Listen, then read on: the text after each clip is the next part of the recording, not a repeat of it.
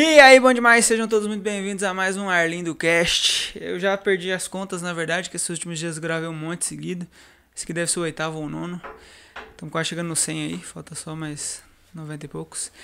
E hoje estou com um grande amigo, Thiago Guedes. Como é que você tá, meu querido? E aí, meu brother, beleza? Bom demais, valeu por ter aceitado estar aqui trocar uma ideia com a gente. Seja muito bem-vindo ao Arlindo Cast. Só achei que ia ter uma cerveja, né? Mas água tá É que eu não bebo. Aí eu obrigo os convidados a fazerem o que eu faço. Justo. É mais ou menos Também assim. nunca bebi água, então tá ótimo. Então tá. Novas experiências. Velho, me conta. Hoje você. A gente vai. Geralmente começo contando a história da pessoa, porque primeiro, eu me motivo muito e eu aprendo muito quando eu ouço a história de outras pessoas. Tanto é que, por exemplo, a gente fala muito pra. Fala muito, não, né? Todo mundo fala que lê.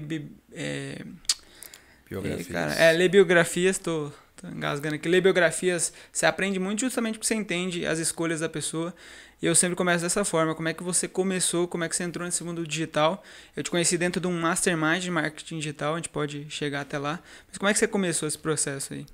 Então, quando eu tinha 6 anos, tô zoando. Cara, eu sou economista, tenho mestrado em economia. E lá com 18 anos eu tive a ideia de ficar rico. Eu falei, vou trabalhar com bolsa. Comecei a estudar bolsa pra caralho, achando que ia ficar rico com bolsa. Pode falar palavrão, né? Foda-se. Pode, Né? pode. Foda-se. E eu descobri que não dava pra ficar rico com a bolsa. Eu descobri que quem ficava rico era o pessoal que estava em volta da bolsa. Tipo, corretora, quem vende curso e tal. Aí eu descobri o poker. E aí eu comecei a jogar poker, comecei a fazer muito Bem dinheiro. mais simples, obviamente, né? É um jogo, é que você consegue. O poker são contra outras pessoas. Na bolsa é contra bancos, é contra outros investidores. Então, é um jogo um pouco mais fácil, digamos assim, de dominar do que é o da bolsa, na minha opinião. E fiquei 3 anos jogando poker, só que eu vi que não era bem a vida que eu queria. E aí eu voltei pro mercado de trabalho. Trabalhei em grandes empresas como a Oi, como a Light. E na Light eu fui chamado para ser conselheiro da Renova Energia. Então lá eu fui par dos diretores da Renova, dos diretores da Light, dos diretores da CEMIG e tive uma experiência de gestão muito grande durante 2 anos.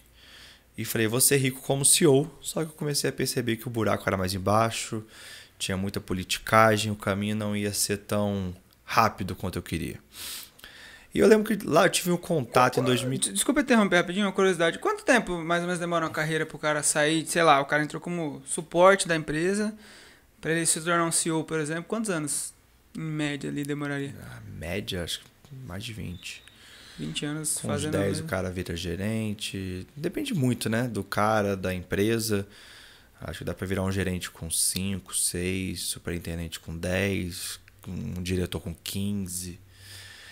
Mas depende muito da empresa. O mundo mudou muito em relação a quando eu fazia isso, que era 2016, a gente está em 2019, então já teve uma mudança brutal, assim. Uhum.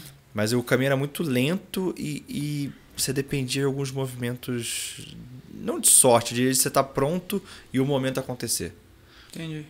É difícil você conseguir escalar a ladeira do corporativo.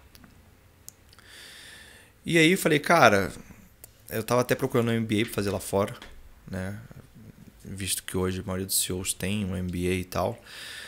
E falei, é isso que eu vou fazer. Só que eu falei, cara, não é bem isso que eu quero. Eu comecei a ver da minha vida, eu tive uma virada de chave e falei o seguinte, cara, eu vou colocar minha vida pessoal primeiro, depois a vida profissional.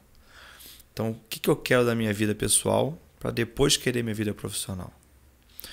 E aí eu pensei, cara, eu quero tempo e liberdade. E tem um exercício que é chamado dia médio perfeito, que é que você coloca o teu dia no calendário do Google. E eu montei o meu dia do jeito que eu queria e eu cheguei à conclusão seguinte, ser CEO de uma grande empresa nunca ia me fazer ter aquele dia. Seguir a carreira corporativa nunca ia fazer. Então eu fui obrigado a procurar uma outra forma. E aí eu tive contato com mais digital em 2012, 2013. Foi com o Henrique Carvalho, tinha um blog de finanças que eu gostava muito de ler. Ele começou a entrar nessa parte. Era o HC Investimentos, HC né? Investimentos. Tem o Bruno Piscininho também acompanhava nessa época. Eu falei, cara, tem aquele tal de marketing digital. Eu tinha comprado um curso. Marketing digital faz a diferença, alguma coisa assim. Nunca tinha visto. Aí eu falei, cara, vou procurar no meu e-mail, achei. Vi o curso. Falei, cara... Comprou, nunca abriu. Comprei, nunca abri. mas eu falei, achei. E falei, cara, eu comecei a ler tudo sobre marketing digital, sempre fui muito autodidata, sempre mergulhei nas coisas que eu fiz. E aí eu falei, cara, vamos nessa. Comecei a ser impactado por aquele remarketing, anúncio, eu achava que era tudo divino. Depois descobri que tinha um negócio chamado cookie, Como né? é que essa galera consegue descobrir que eu quero isso? Só porque eu pesquisei no Google, como é que ele sabe que eu quero? Aí você vai entendendo como é que funciona. E aí eu caí na página dos Segredos da Audiência, do evento. Mais ou menos lá em 2015, julho, eu decidi pedir demissão. Em novembro, acho que eu pedi demissão. Só que meu chefe pediu para continuar, para não largar tudo lá, então eu fiquei mais ou menos até março. E o Segredos da Audiência era dia 20 de março. E aí eu pedi ainda era CLT, tava trabalhando ainda, fui lá pro Segredos da Audiência. Cara, era o primeiro a chegar, o último a sair. Na saída do evento eu colava em alguém, ficava assim, tipo... ia dormir 5 da manhã, acordava 6 para chegar no evento, ser o primeiro, tá lá na frente. Era um mundo completamente novo. Eu falei, cara, agora vai. Agora eu vou ficar rico. Era isso que eu precisava. E não foi. E aí, nessa trajetória, eu aprendi uma coisa muito importante. Quem fica rico na bolsa não é o top 1% que é trader que fica rico. Quem fica rico no poker não é o top 1% do jogador que fica rico. Quem fica rico no mais digital não é o top 1%. A galera que fica rica é a galera que está em volta. Isso vem desde a corrida do ouro. Não ficou rico quem foi para a corrida do ouro. Ficou rico o cara que fez a volta. Então, a calça jeans Levi's foi inventada nessa época, justamente para ajudar o pessoal que estava atrás do ouro. Então, eu comecei a perceber que tinha um grande mercado que era ajudar as pessoas ao top 1% a chegar mais longe. E foi daí que vem o meu trabalho hoje. Hoje eu atuo como conselheiro independente. Então eu crio conselhos consultivos nas empresas, que basicamente é definir a estratégia e executar a estratégia. Então eu trabalho com gestão financeira, crio metas, ajudo a cumprir essas metas. Então o meu papel é como se fosse o papel de um gestor externo, ou seja, de um conselheiro independente. E eu tentei também ficar rico no mais digital, criei um Como é curso. que funcionou? Você foi no Segredos da Audiência? Você já entrou no Mastermind dessa data? Eu entrei também, acho que no mesmo Mastermind que você, na mesma lá, data. Né, tem os Masterminds, o cara falou, velho, esse aqui é o atalho. Eu falei, tá bom, é isso que eu quero. Pra quem tá assistindo aí talvez não saiba o que é Mastermind, basicamente existem grupos de negócios que alguns líderes criam no mercado hoje, principalmente no mercado digital, mas você pode criar esses grupos para qualquer área. E no nosso mercado é pago, né? Não é uma coisa barata. A gente pagou na época acho que 60 mil no ano, 50 à vista ou 60 mil é parcelado. E tem masterminds hoje de 120 mil reais, por exemplo. Então, e o valor do mastermind ele é muito subjetivo, né? Eu até gravei um vídeo esses dias, eu não sei se vai estar no ar ou não nesse podcast, mas eu gravei tipo assim, um vídeo o que você precisa saber sobre masterminds. Que é um valor bem subjetivo, assim. Você não sabe muito bem o que você vai buscar. Até porque quem entra no Mastermind quer descobrir alguma coisa que não sabe. Então é difícil você falar, caramba, tá ali, o que eu preciso saber tá ali, é aquilo que eu preciso, é aquela pessoa que eu preciso me conectar. Geralmente você entra sem saber disso, né? Sim. O Mastermind, como tudo na vida, tem prós e contras. Quais são os prós e contras que você enxerga? Assim? Cara, o pró é que você tá próximo de gente que tem resultado no que você quer aprender. E por ser um mastermind, o cara te trata como se fosse da família, desde o dia 1. Então, assim, todos os lugares que eu fui, todos os masterminds que eu participei, não são poucos, tem esse clima de família. As pessoas, parece que você pagou, você está na confraternização, o cara te ajuda. E as pessoas, virar uma fraternidade, né? E as pessoas realmente ajudam. Então, você tem acesso a pessoas que você não teria de um jeito que você não teria. O contra é que, muitas vezes, a ajuda não é efetiva. Por quê? A pessoa até quer te ajudar, mas aí vira pitaqueiro. E não é uma coisa ruim, ela não está fazendo por mal. Ela está ouvindo sobre o seu negócio, ela te dá uma dica que funcionou para ela, mas ela não entende o contexto inteiro do seu negócio. Então, um conselho mal dado, mesmo com boa intenção, pode ser muito nocivo. Então, e a dificuldade do Mastermind é essa. Você entra, né?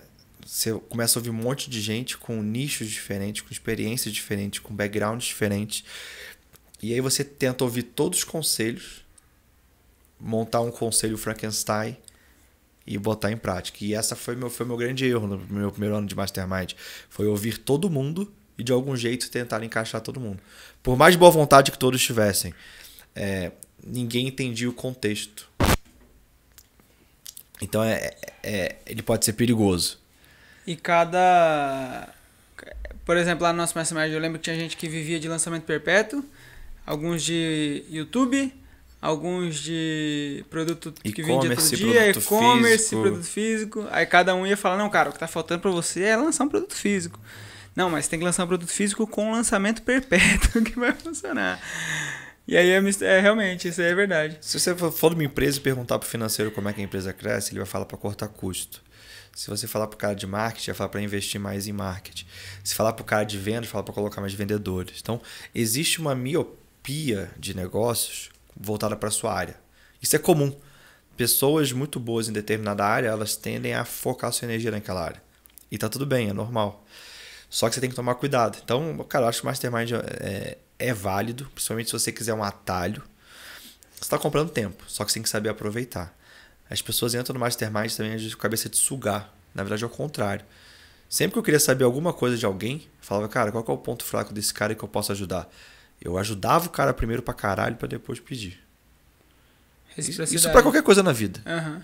Mas não é sair pedindo, é sair, cara, como é que eu ajudo essa galera? Anota, ajuda o cara e depois você vai ter a recompensa. E aí você entrou no Mastermind, o que você tentou fazer exatamente no marketing digital? Cara, então, um detalhe importante nessa cronologia aí, a gente começou a dividir apartamento. Então vai, explica.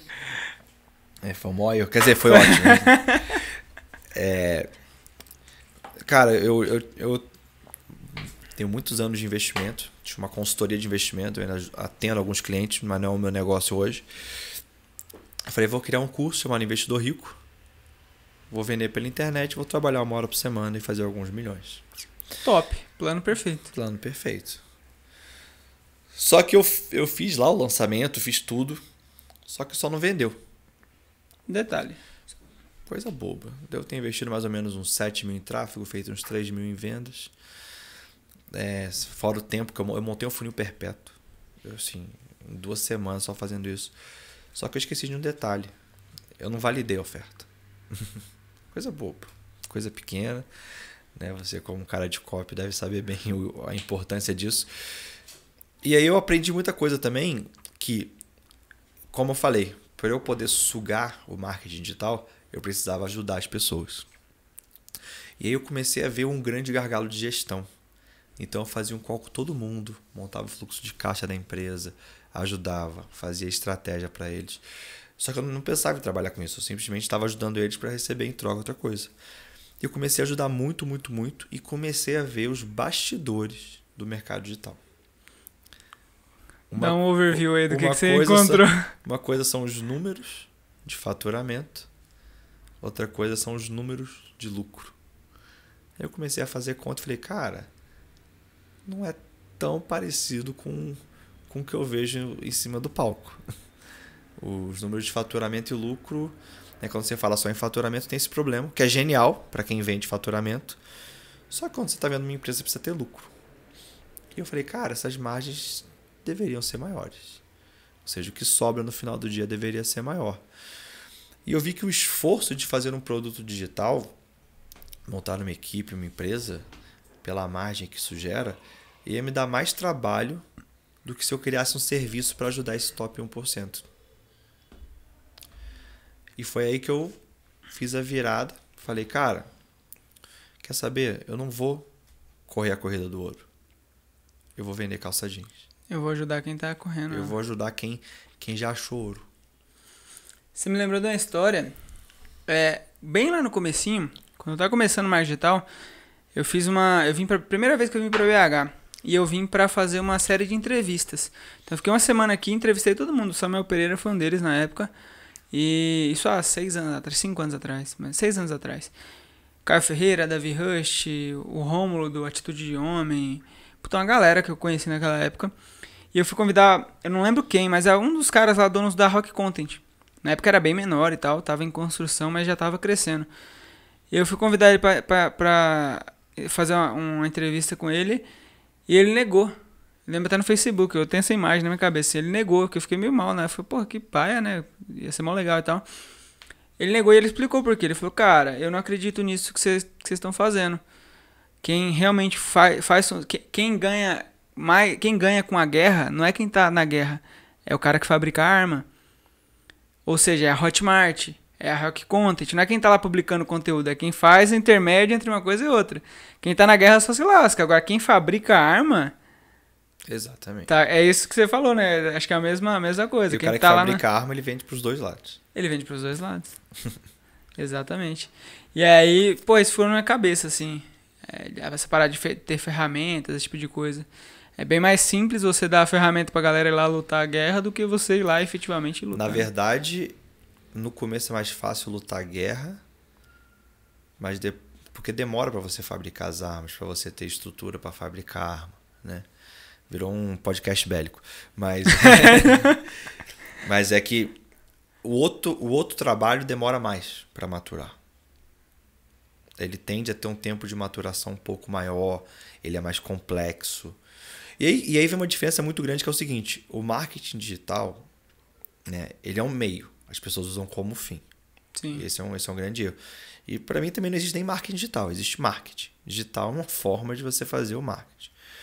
E o outro ponto é, as pessoas falam que querem unicórnio quando não estão dispostas a ter unicórnio. Unicórnio é uma empresa que vai valer $1 bilhão. E hoje em dia tem se falado bastante e tal.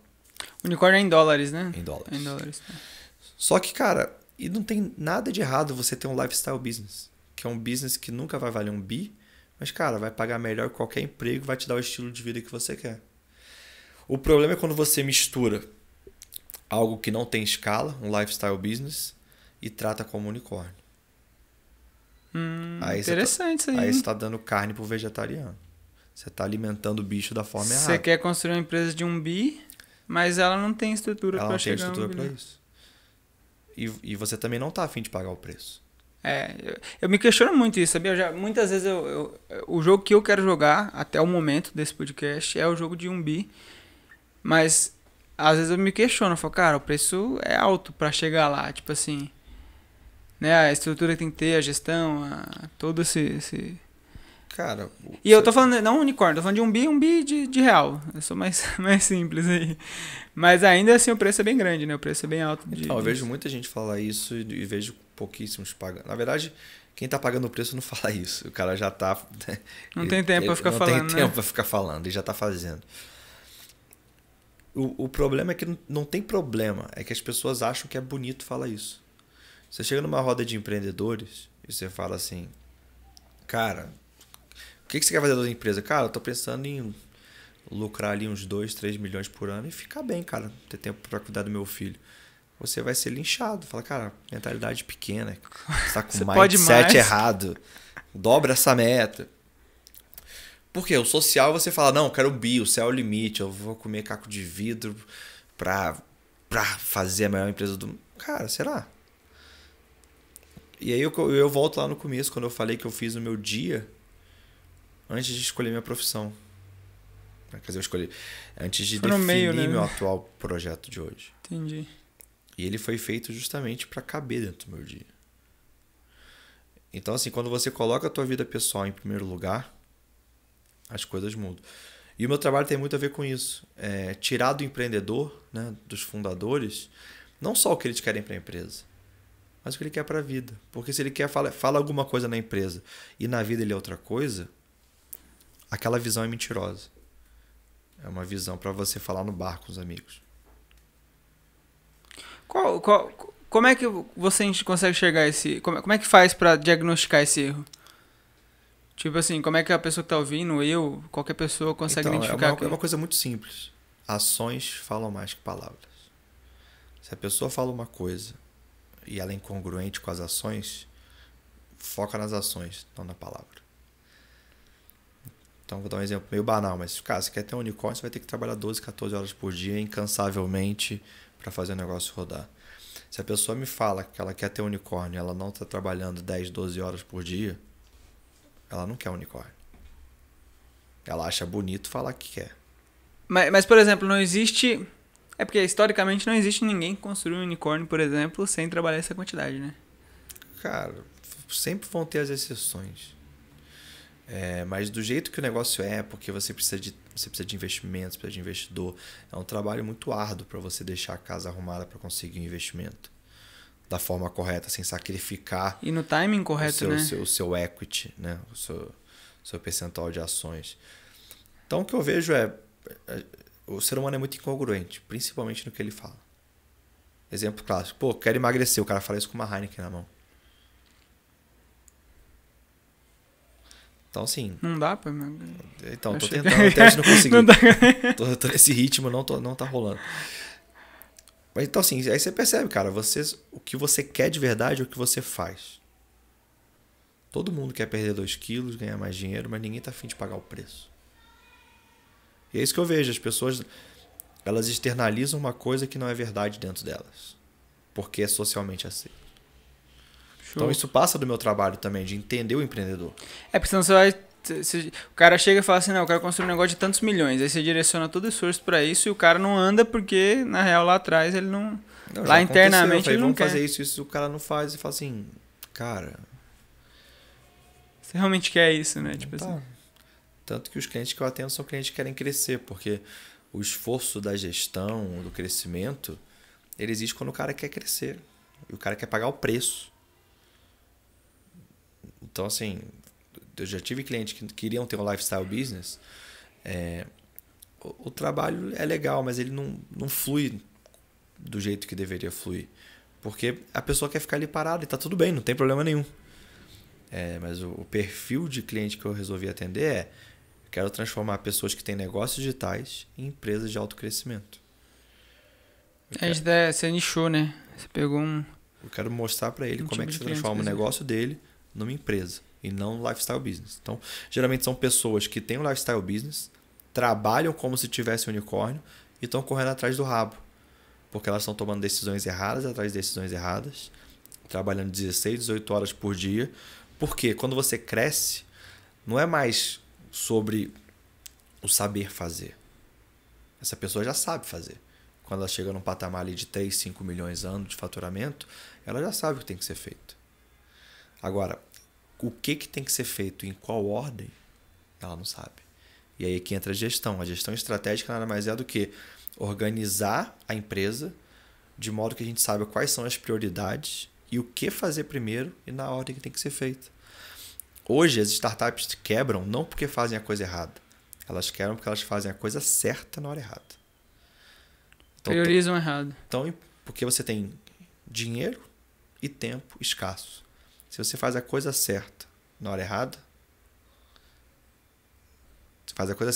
é pior do que não fazer nada. Você está gastando tempo, energia e dinheiro fazendo algo que não vai trazer resultado. Que vai te trazer para trás, vai dar um passo atrás, não. Exatamente. Entendi. Interessante. E esse exercício do dia médio perfeito, como é que funciona? Cara, você vê o seguinte, cara, como é que eu gostaria que fosse... Você ganhou 100 bilhões de euros. Você passou um ano, você viajou o mundo inteiro, comeu todos os restaurantes, foi em todas as praias, comprou tudo que você queria. Você tirou um ano sabático e fez tudo. Chegou em casa, abriu um vinho, falou, e agora? O que eu vou fazer da minha vida? Já fiz tudo que eu queria ter feito que estava na minha cabeça, de desejo. Não preciso trabalhar. O que eu vou fazer da minha vida? E aí você desenha como é que seria o seu dia ideal. Cara, acordo 8 da manhã, vou dar um mergulho na praia, jogo um futevôlei, volto, tomo café, leio um livro, almoço, vejo Sessão da Tarde. Não é pra julgar. Se você quiser ver Sessão da Tarde... É seu, né? Você faz isso. Foda-se. Cara, gostei de trabalhar umas 3, 4 horas com isso, tal. E eu tinha muito claro que eu na época eu acordava, ia pra praia, jogava futevôlei, trabalhava na parte da tarde. Hoje eu larguei o futevôlei, gosto muito de tênis. E tem lá os meus horários de tênis. E aí, meu trabalho hoje, eu trabalho 2 dias por semana, terça e quarta. Ao invés de pegar todas as tardes, eu resolvi juntar em 2 dias. Todo mundo no mesmo... Foi uma escolha, porque o meu dia médio perfeito desse ano se encaixava melhor assim. Entendi. Né? Em fazer 2 dias muito, muito intensos de reuniões com clientes. E aí você vai... E ele muda. Meu dia mudou. Antigamente era todo dia à tarde, agora são 2 dias inteiros. E você vai se conhecendo, vai vendo o que é importante para você, o que não é. E é um ponto tão interessante que é o seguinte: hoje eu odeio viajar, mesmo para lazer. Porque a minha rotina foi criada por mim, para mim. Quando eu viajo, eu saio da minha rotina perfeita. Olha que louco. Até viajar de lazer hoje... Você quebra o que você planejou. Exatamente. Então eu sempre recomendo esse exercício. É meio coisa de coach, mas coach tá meio fora de moda, né? Eu não sou coach, tá? Não, tenho certo preconceito, mas eu tenho que admitir que o pensamento, né? E acho que o preconceito com o coaching, na verdade, é mais com um cara que nunca construiu nada e quer te ensinar a construir sua vida inteira. As ferramentas em si são coisas diferentes do profissional, as né? ferramentas funcionam, são úteis. Sim. Só que elas são úteis, elas são meio, não são fim. O problema é que nem o marketing digital. As pessoas usaram o coaching como fim. E na verdade o coaching é um meio. Então é um meio de você transmitir o seu conhecimento, é um meio de você passar algo. E agora ser life coach, o que é life coach? O cara zerou a vida. É bom em tudo, né? Enfim. Vamos entrar nessas polêmicas. Eu sou coach, sabia? Eu fiz 2 formações. Eu sei, eu tento ignorar isso. E aí, o que aconteceu, né? Eu entrei no Mastermind. Eu vi que a galera, uma parte era de BH, né? Muita gente daqui. E eu falei, quer saber? Vou morar 3 meses lá. Aí, eu tava vendo uma parte do hotel, né? A Aline falou, não, cara, vamos morar ali no Belvedere. Eu falei, puta que pariu, Belvedere. Nome estranho. Só conheço a Savassi. Savassi é o melhor lugar de BH. O que eu vou fazer no Belvedere? E não, é bom. Eu falei, cara, bom. O que é bom pra você? Eu falei, Belvedere, será que é uma trincheira? Sei lá o que é isso. Aí falei, cara, tá bom. Sei lá, devia estar mal no dia. Falei, Acordei, não segui a rotina que eu tinha combinado. E aí, moramos juntos 3 meses, não foi? Foi mais, velho. Foi mais de 6 meses. Não, cara. Foi mais. Eu tenho certeza, você sempre acha que é 3. Foi mais de 6. Aí desse mudou pra lá em novembro. Aí dei minha mulher. Ele me trocou pela mulher dele. Não foi uma boa isso. troca. E... enfim, aí foi na época que eu quebrei. Nessa época que eu quebrei, tive que voltar pra casa da minha mãe. E foi bom que a ID chegou na hora, então meio que... Eu não fui forçado a sair, não chegou nesse timing, eu saí antes. Mas eu fui por forçado a necessidade. casar, obrigado. Tinha que deixar o... Brincadeira, amor, te amo. Show. E cara, quais são os maiores erros que você vê hoje nas empresas de marketing digital? De marketing digital, assim que eu digo, a galera que usa principalmente o digital para gerar receita. Qual o maior erro que essas pessoas... O maior ou os maiores erros que eles cometem? Cara, eu vejo... Tem alguns patamares, né? Se você não fez 1 milhão por ano com algum produto, você não deveria fazer absolutamente nada até fazer 1 milhão com aquele produto. O erro é sempre foco, só que o foco em cada etapa é diferente. Né? Então, o conceito muda de cada momento. Não é o conceito, é onde focar. Né? Tá. Então, eu vejo muito assim, se o cara não fez 1 milhão ano com algum produto ou com algum funil muito claro de um produto, né? Um funil lógico, eu acho que ele não deveria fazer absolutamente nada a não ser fazer esse 1 milhão por ano com ele e os sócios dele. Um cara de copy, um cara de tráfego e um cara coringa. Ou, assim, o especialista, né? Eu acho que são 3 pessoas ali para fazer 1 milhão. Mais do que isso, você tem uma empresa gorda. Tá?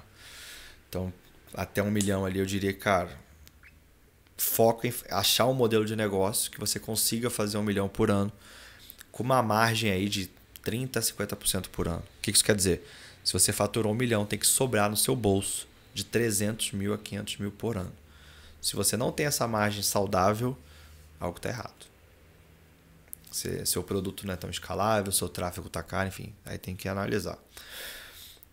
De 1 a 5 milhões, eu vejo que o grande erro é a vaidade.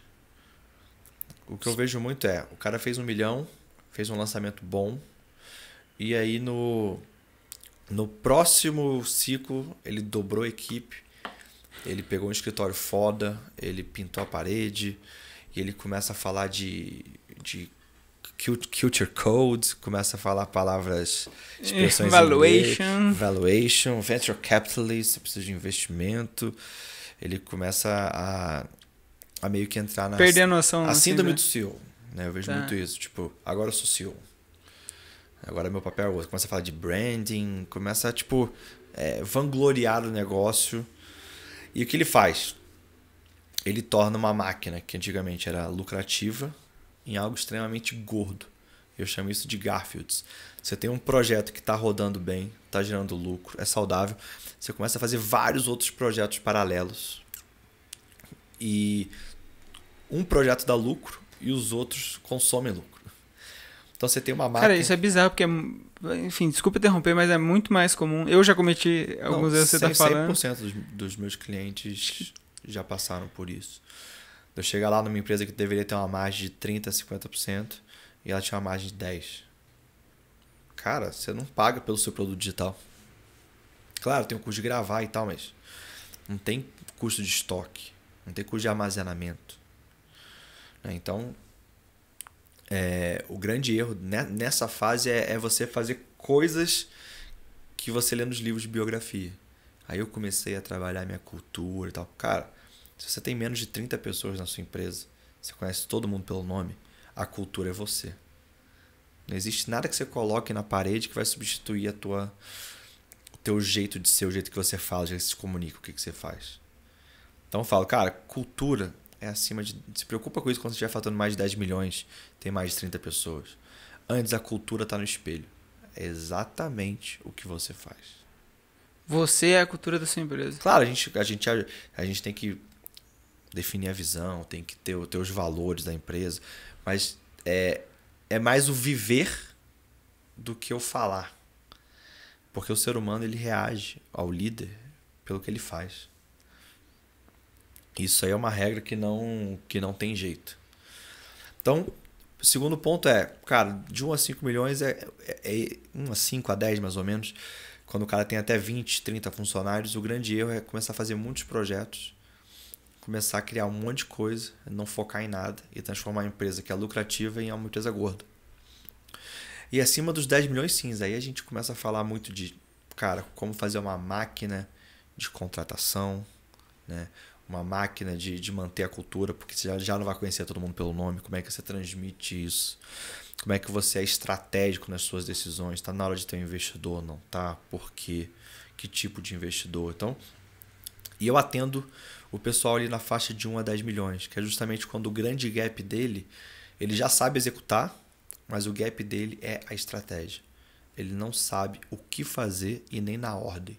Então eu trago clareza, uma organização para ele falar o seguinte, cara, é isso que eu tenho que fazer, é isso que eu vou fazer, tá aqui minha visão, meu objetivo, meu resultado-chave, né, os famosos OKRs, OKRs, né, OKRs é aportuguesado, cria uma meta, um plano de ação, e aí sim que a gente acompanha processos, etc. Até um ponto interessante que um sintoma muito claro de quem está nesse período é, Thiago, eu tenho um problema de processo. Eu falo, cara, processo é sintoma, não é problema. Você precisa ter visão clara, objetivo claro, resultados chaves claros ou métricas, uma meta, um plano de ação e daí que vem um processo. Se você faz o processo de baixo para cima, é a mesma coisa que construir o telhado sem parede. É inútil. Você cria um processo para ir para um lugar que você não sabe para onde que é. Exatamente. Você criou um processo para trocar pneu furado na estrada, só que você está indo de helicóptero. Faz todo sentido. Então, tem muito a ver com não saber o que fazer na ordem que fazer. Fazer processo errado? Claro que não. Mas se você tá... A direção é mais importante que o processo, né? Tipo assim. Sabe onde você quer chegar, E depois é engraçado, como. né? Porque tem empresas que você olha e você fala, velho, como que isso funciona? Ninguém sabe direito o que o outro tá fazendo, não existe processo bem definido, mas a parada funciona.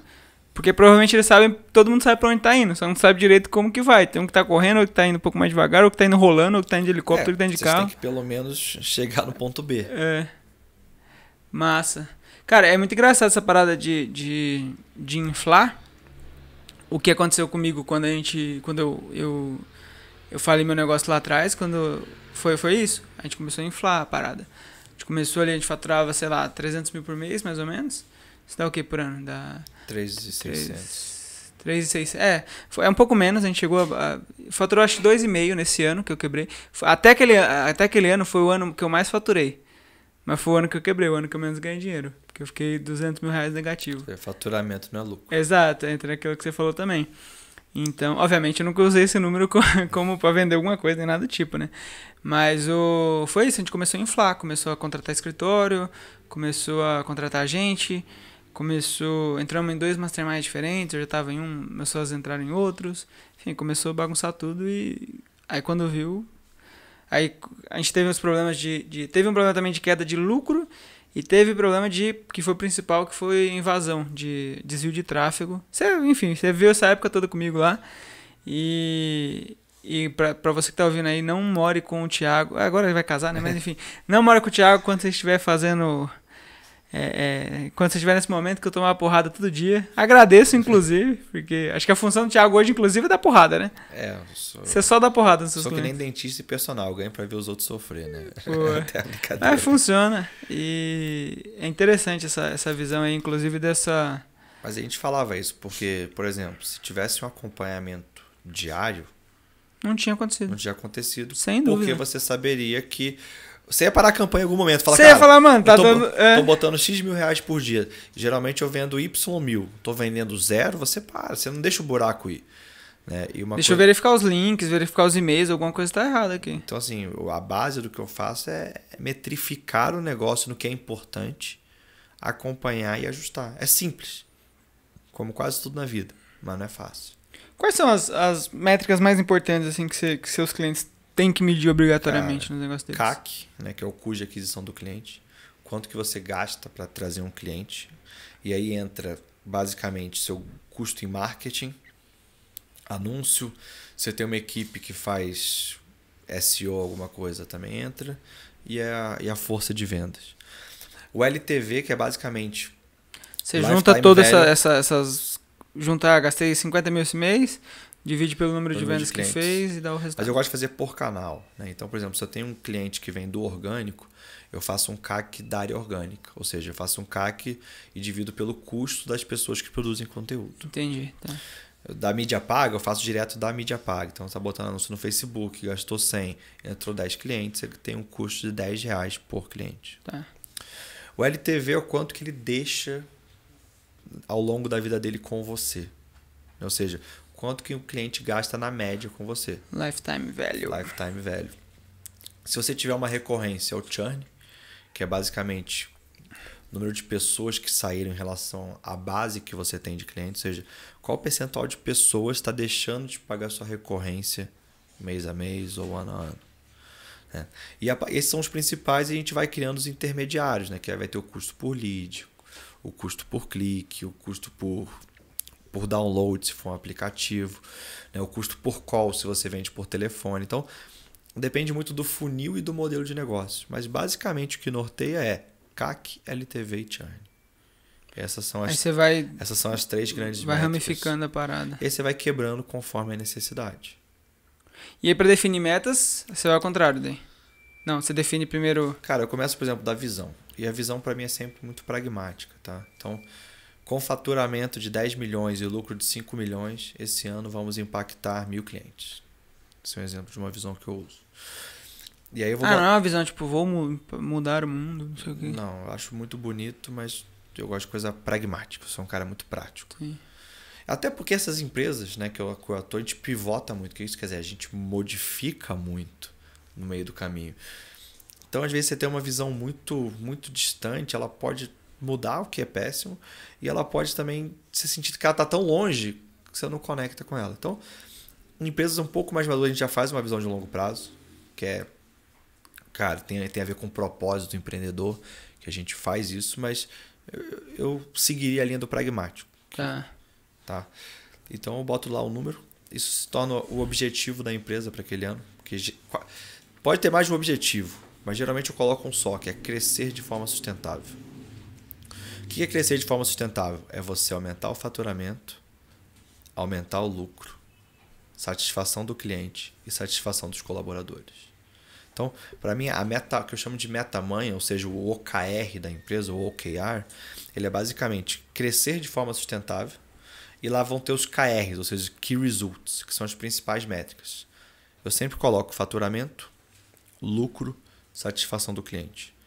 Se a empresa for um pouco maior, eu já coloco satisfação dos colaboradores. A satisfação do cliente você mede como? NPS? NPS, que é o Net Promoter Score, que é uma forma de você avaliar. Então, por que a gente faz isso? Para evitar o que eu chamo de metas nocivas. Faturamento, faturar 10 milhões. Cara, me dá um cartão de crédito limitado que eu faturo quanto você quiser. Você não garante o lucro, né? Faturamento não é lucro. Por que lucro? Cara, a empresa tem que ser saudável. Então, repito, uma margem para a empresa ser saudável no mundo digital deve ter de 30% a 50% de margem. Menos que isso no produto que não tem estoque, não tem E custo. numa escala que não é tão grande, né? Sei lá, até 10 milhões no ano, por exemplo, é uma escala baixa, assim. Então, você deveria ter uma margem maior, sim. Ah, Thiago, mas eu estou com uma expansão aqui. O que eu faço? Eu separo a empresa em projetos. Então, cada projeto tem um DRE para justamente eu identificar quanto que está a mais do meu produto principal e quanto que está dos novos projetos. Que aí não tem Você desculpa. divide para não ter...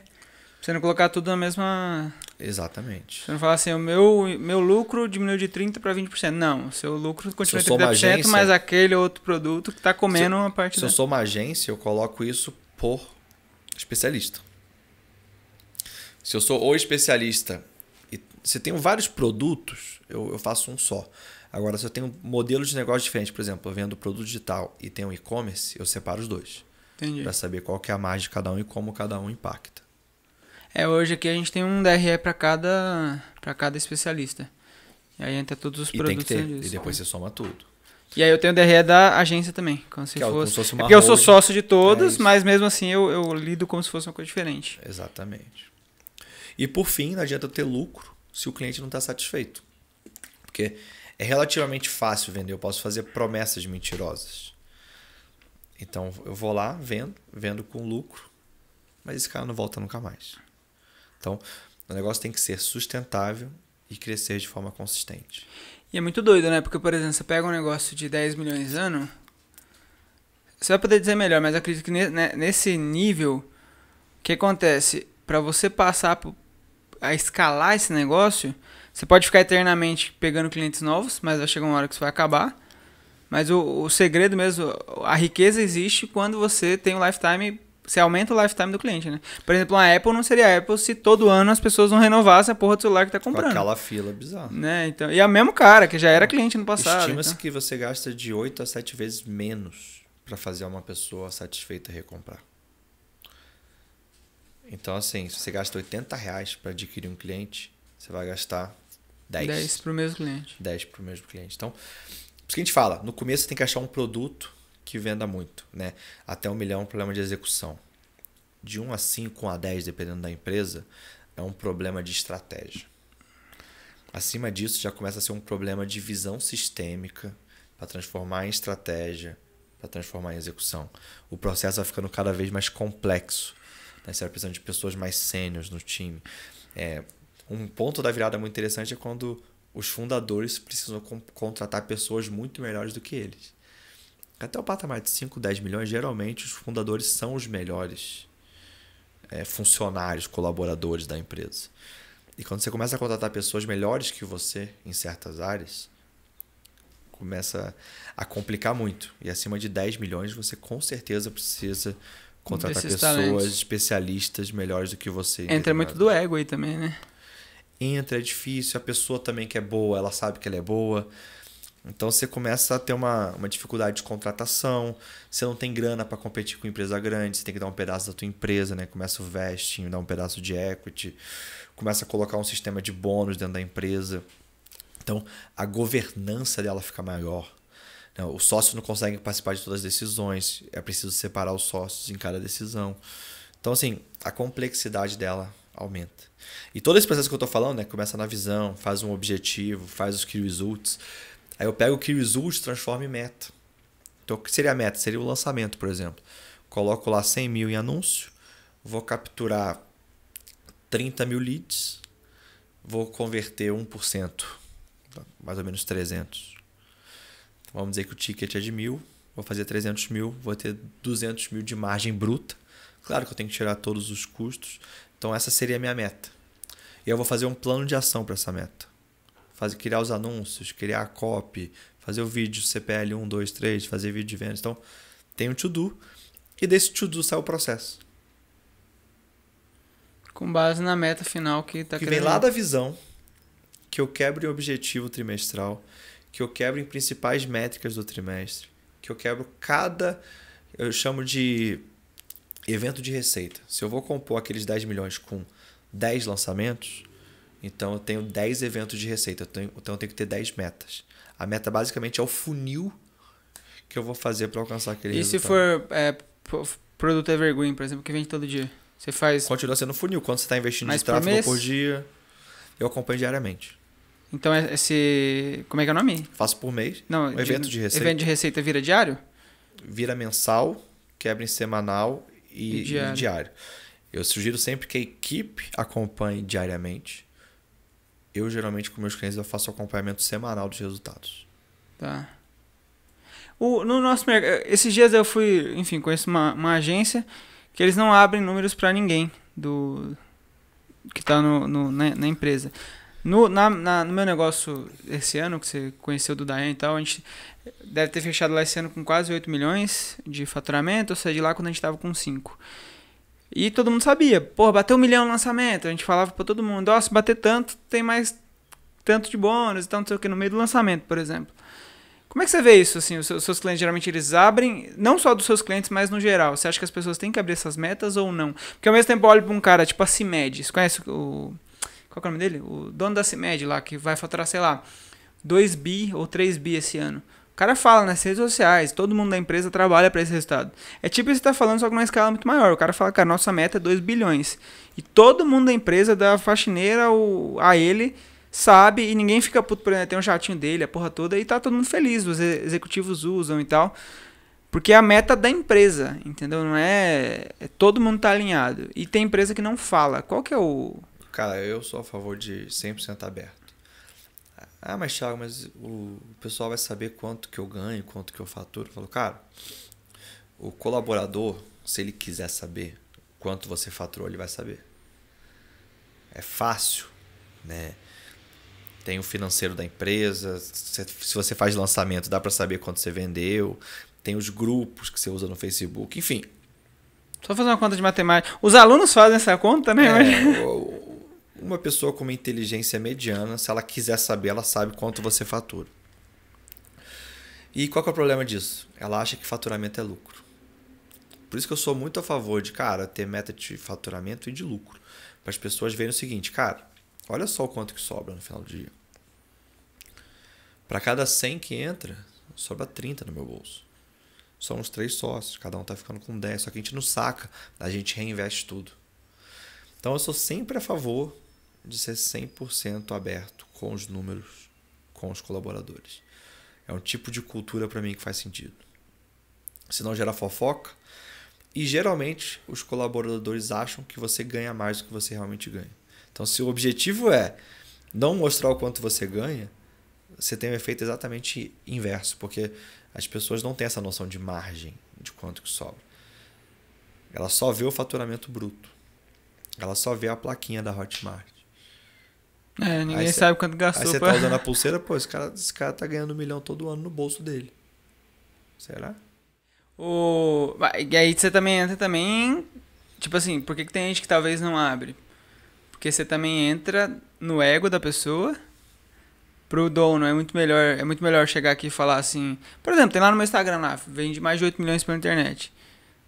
Não entrou 8 milhões no meu bolso. Longe disso, entrou muito menos que isso. Porque tem sócios, tem que pagar e tal, não sei o quê. Vai ser ancora na cabeça, né? Você que entende bem disso, tá ancorando na cabeça do prospecto. Sim, mas por exemplo, assim, é muito mais fácil pra mim falar que eu faturei 8 milhões do que eu falar assim, cara, eu ganhei no meu bolso. Eu sei gerar 8 milhões em vendas, mas eu não sei lucrar 8 milhões no meu bolso ainda. Porque eu não tenho 8 milhões no meu bolso. Não ganhei esse dinheiro, entendeu? E aí você entra no ego da pessoa, né? Porque, tipo assim, é muito melhor pro dono falar o quanto que ele fatura do que o quanto que ele ganha, de fato. Mas é genial, porque o número é muito maior. Sem dúvida. Tem até no podcast de Paulo Faustino, ele falou lá, falando de faturamento e lucro e tal, que daí o cara fatura 7 dígitos, gastou 7, mas agora ele pode vender como você vai faturar 7 dígitos, porque ele já faturou 7, então ele pode vender esse número. Exatamente. E o que mais tem no nosso mercado? O que mais tem não, mas tem um bom volume de gente. Mas, cara, como qualquer mercado, eu conheci picareta na bolsa, picareta no poker, picareta no mundo corporativo, picareta no marketing digital. Cara, picareta tem em todas as áreas. Show. Cara, o que você pretende assim pro futuro? Hoje você tá como consultor, né?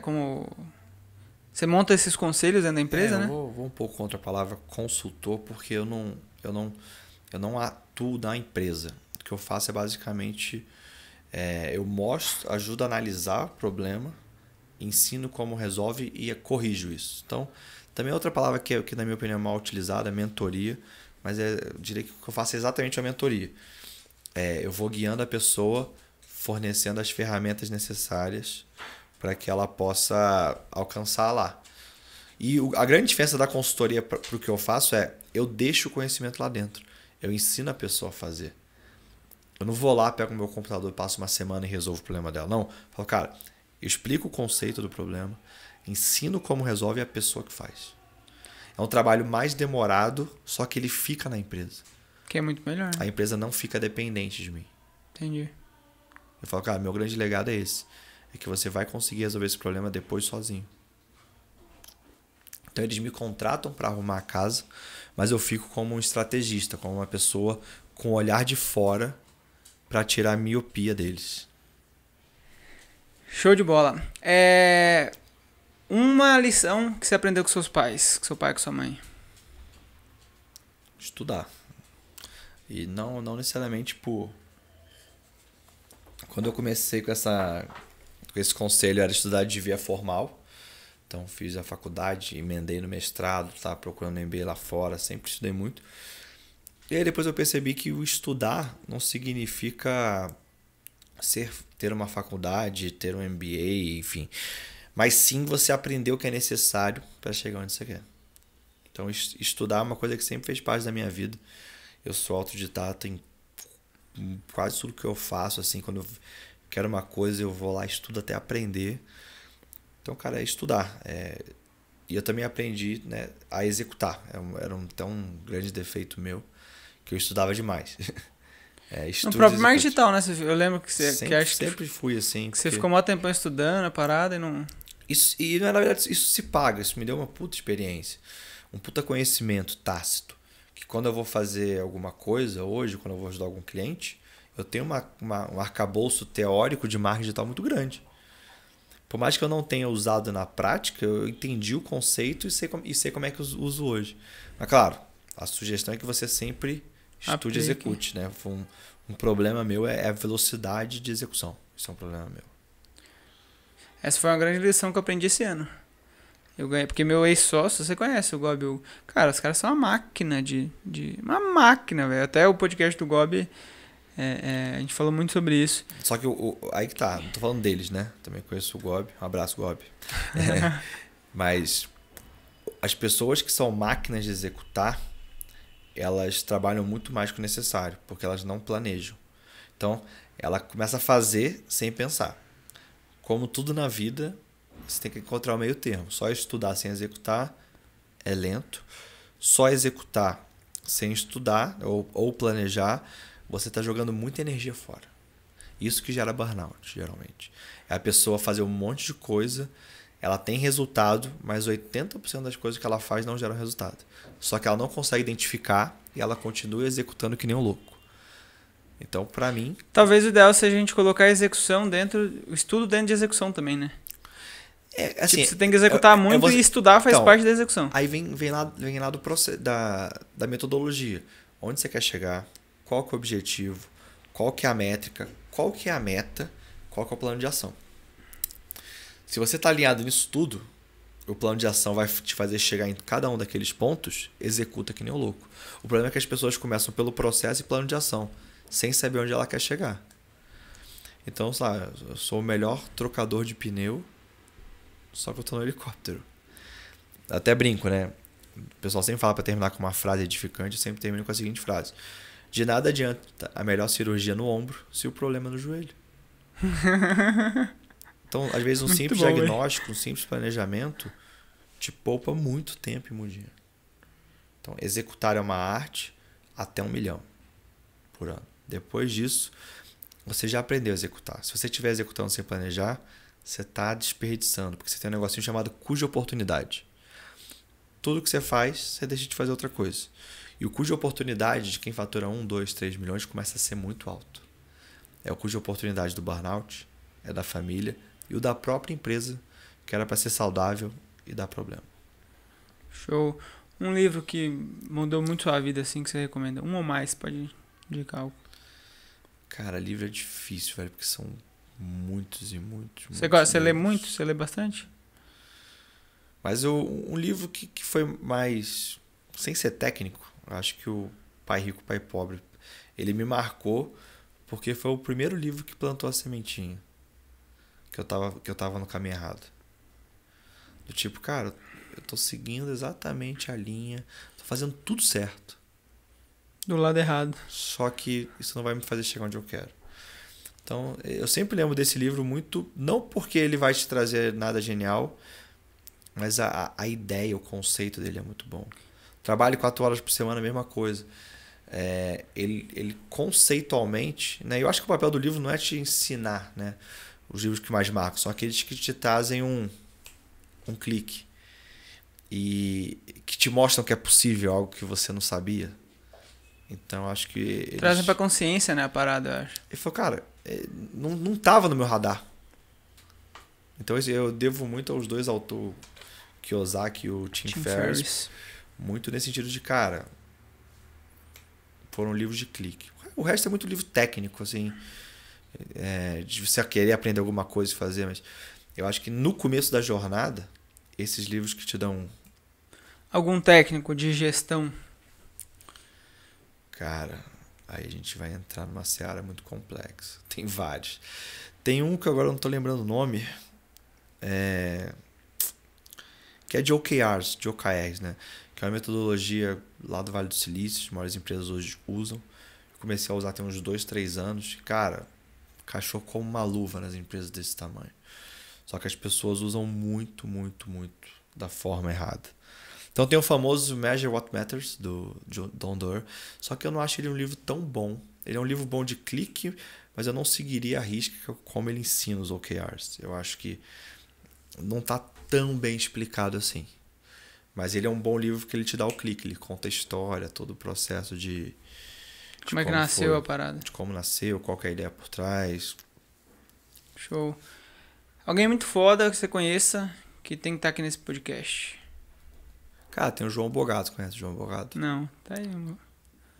Conheço, mas não conheço pessoalmente. O João é um moleque de 20 anos que, enfim, tem uma cabeça de 97.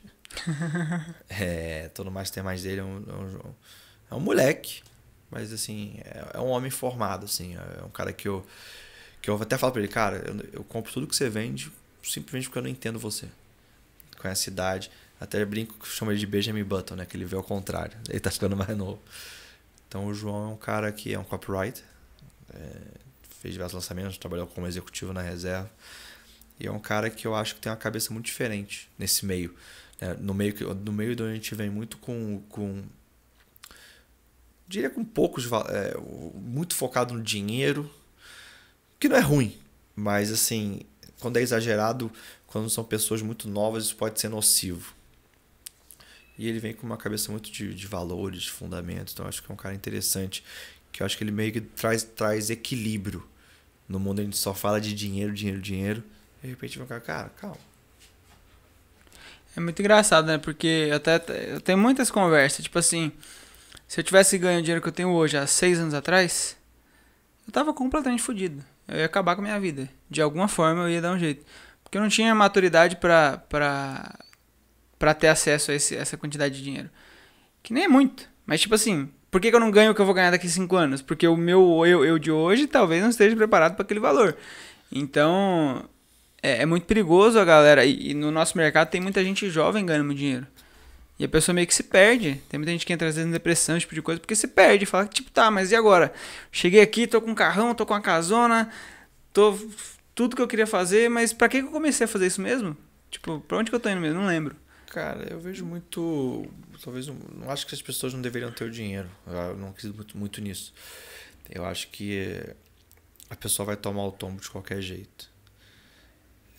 Hoje em dia, cara, tem gente que com 20 anos tem 6 anos de experiência em marketing digital. Tem gente com menos de 18 fazendo muito dinheiro. Então, assim, existe um oceano azul. Só que ele é um oceano azul que eu vejo muito para um lifestyle business.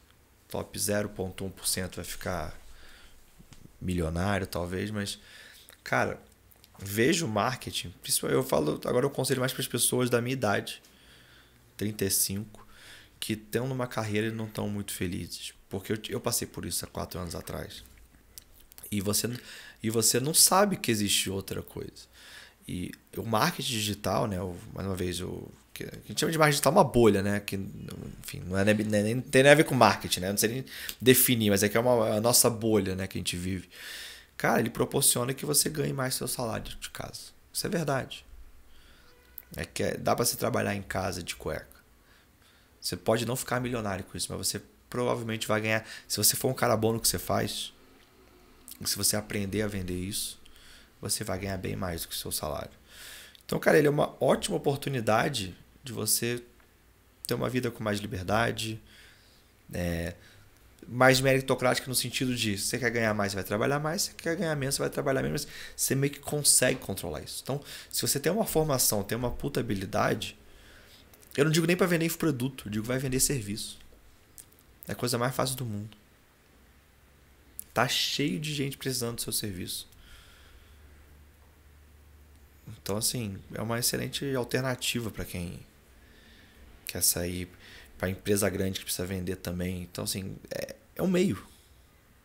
Só que é um meio que tá cheio de buraco. E buraco é oportunidade. Perfeito, tamo junto, meu querido. Valeu mais uma vez. Tamo junto. Você que tá aí assistindo, ouvindo, se inscreve aqui no canal para receber os próximos podcasts, os próximos vídeos. Esse podcast aqui deve estar saindo, com certeza vai sair em 2020 já. E esse ano eu fiz uma promessa aí de gravar vídeo todos os dias. 365 vídeos. E se inscreve pra você receber. E tem uma parada, um sininho, que você assina esse sininho e o YouTube te manda uma notificação sempre que eu posto um vídeo novo. Combinado? Como é que as pessoas podem te achar? Se quiser te seguir, quiser contratar sua mentoria, como é que funciona? Empresaindependente.com.br. Ah, tem site? Eu nem sabia. Ah, tá. O negócio tá ficando profissional demais. Eu brinco, porque os seus clientes você fecha dentro do seu círculo, né? Que você vai conhecendo a galera, vai indicando, vai indicando. Só tendo um negócio digital, mas o meu negócio é offline. Mas 2020 tem surpresinhas aí. Todo mundo fala isso, né? Acho que é final do ano. Você nem sabe o que vai rolar, tipo assim. Vai ser uma surpresa, inclusive, pra mim, que eu não sei o que vai acontecer. Vai ter surpresa pro pessoal ano que vem. 2020 tá vindo aí com tudo. As tendências estão vindo aí pro... Então, cantor, com que modelo... cor que você vai passar a virada do ano? Esse vídeo tá sendo gravado antes, tá? Então, por isso eu pergunto. Não tenho a menor ideia. É porque tem um negócio de cor lá, eu também não manjo muito. Acho que eu vou passar de branco. Mas enfim, tamo junto. Tamo junto. Deus é top, é só começo e até o próximo podcast, Arlindo Cash. Até mais. Valeu.